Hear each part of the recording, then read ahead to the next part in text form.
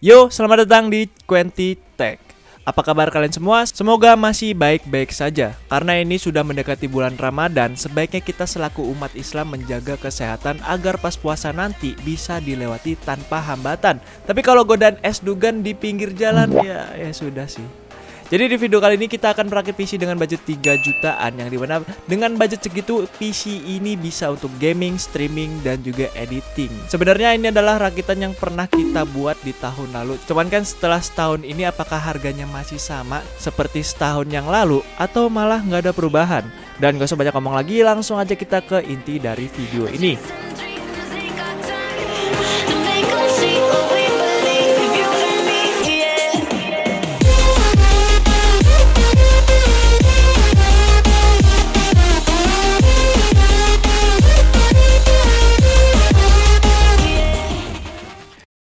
Untuk komen yang pertama yaitu prosesor yang masih cukup powerful dan masih banyak penggunanya. Coba absen siapa yang masih pakai prosesor ini. Ya ini kita pakai Intel Core i7 3770 yang sudah 4 core 8 thread 3,4 GHz dengan TDP 77 Watt. Ini prosesor kayaknya masih banyak yang pakai, soalnya di harga segitu masih bisa nyaingin Core i5 Gen 6 dengan harga yang relatif mirip dengan i5 Gen 6, yaitu berkisar di 500 ribuan. Komponen yang berikutnya ialah motherboard. Di sini saya menyarankan kalian pakai motherboard dengan chipset di atasnya H61. Misal di sini kita pakai dari Asus P8 P67 yang cukup lumayan buat menghandle si i7 3770 ini, karena dia udah punya VRM yang lebih bagus. Atau juga bisa pakai motherboard dengan chipset B76, H77, kalau nggak sekalian Z77-nya. Cuman untuk harga dari Z77 itu relatif agak mahal ya. Dan untuk harga dari motherboard ini itu berkisar di 300 ribuan hingga 400 ribuan. Kita anggap aja di 350 ribu. Dan untuk mereknya bebas ya.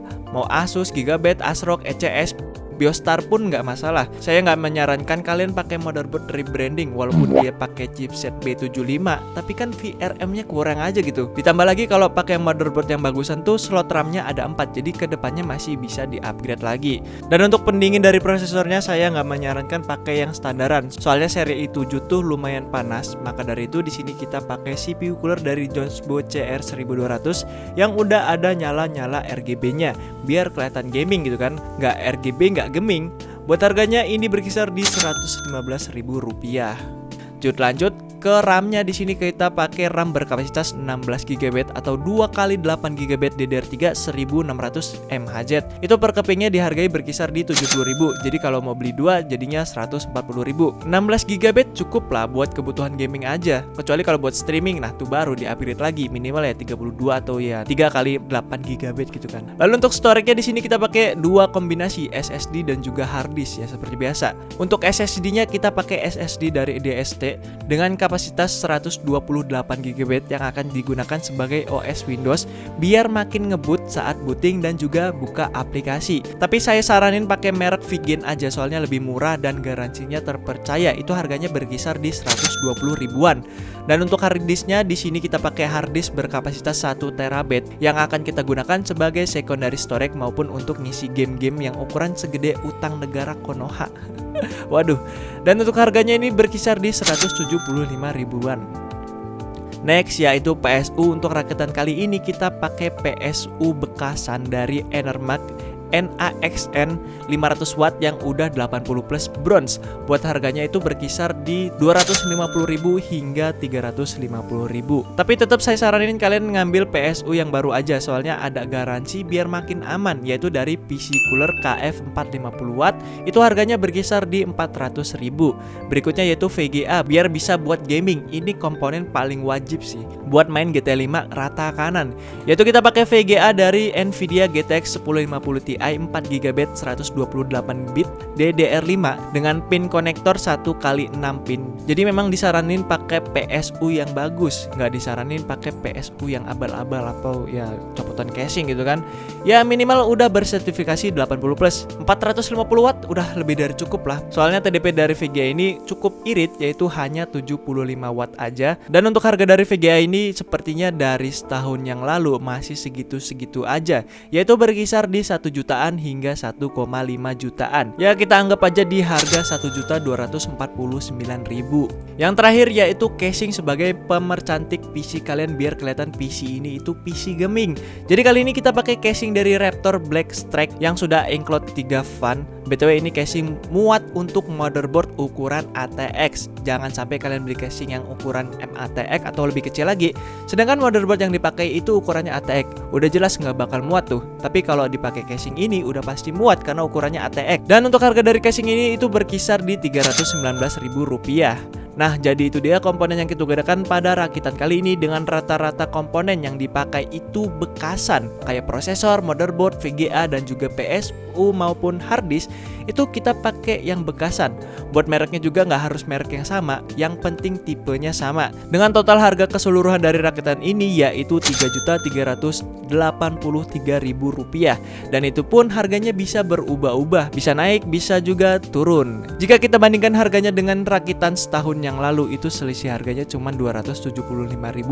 Ya bedanya di rakitan setahun yang lalu itu pakai harddisk 500 GB. Jadi ya bisa dibilang sih selisih harganya sekitar Rp350.000.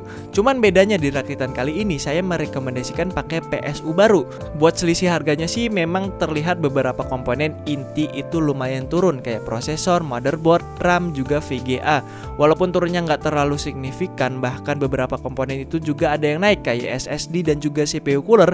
Bahkan harddisk pun dari dulu perasaan harganya segitu-segitu aja dah, udah setahun padahal. Yaudahlah daripada banyak cincong mending kita lanjut aja ke tes performa dari rakitan kali ini. Cuman untuk tes gamenya itu kita tes game offline aja ya, soalnya pas PC ini mau dikirim internet saya tuh lemot banget. Dan langsung aja dah kita ke tes performanya.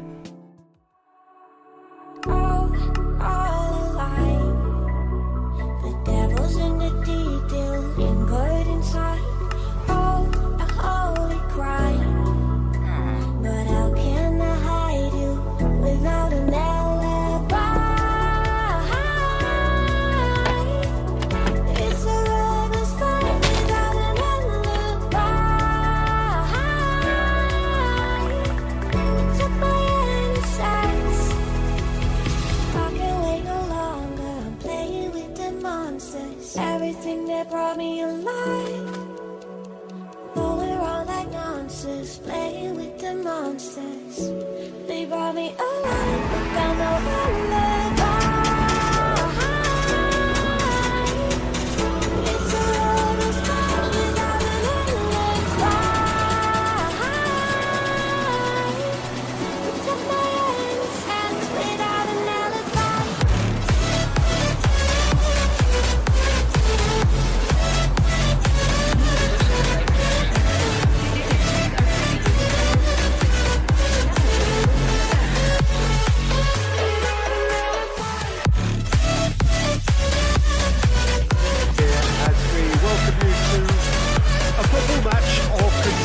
Significance, great consequence in this part of the world.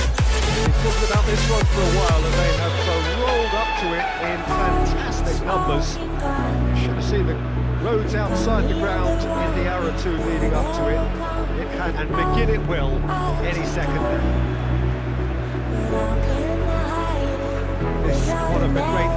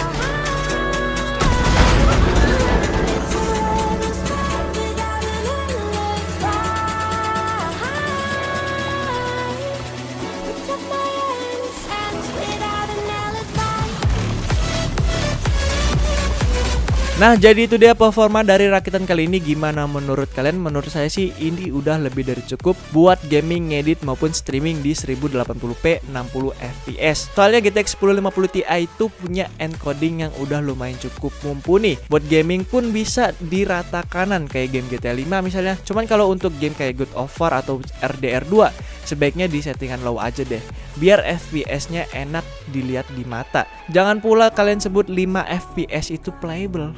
Buat harganya pun ini masih stabil, naiknya nggak terlalu naik dan nurunnya pun nggak terlalu nurun drastis. Beda sama HP setahun yang lalu, turunnya buset udah kayak tengkulak nawar harga. Yaudahlah, segitu aja untuk video kali ini. Like jika kalian suka, subscribe buat kalian yang belum subscribe. Maaf jika ada kesalahan kata maupun fakta. Saya Sultan Maulana selaku owner atau pemilik dari channel ini, dan sampai jumpa di lain video. Nuhun.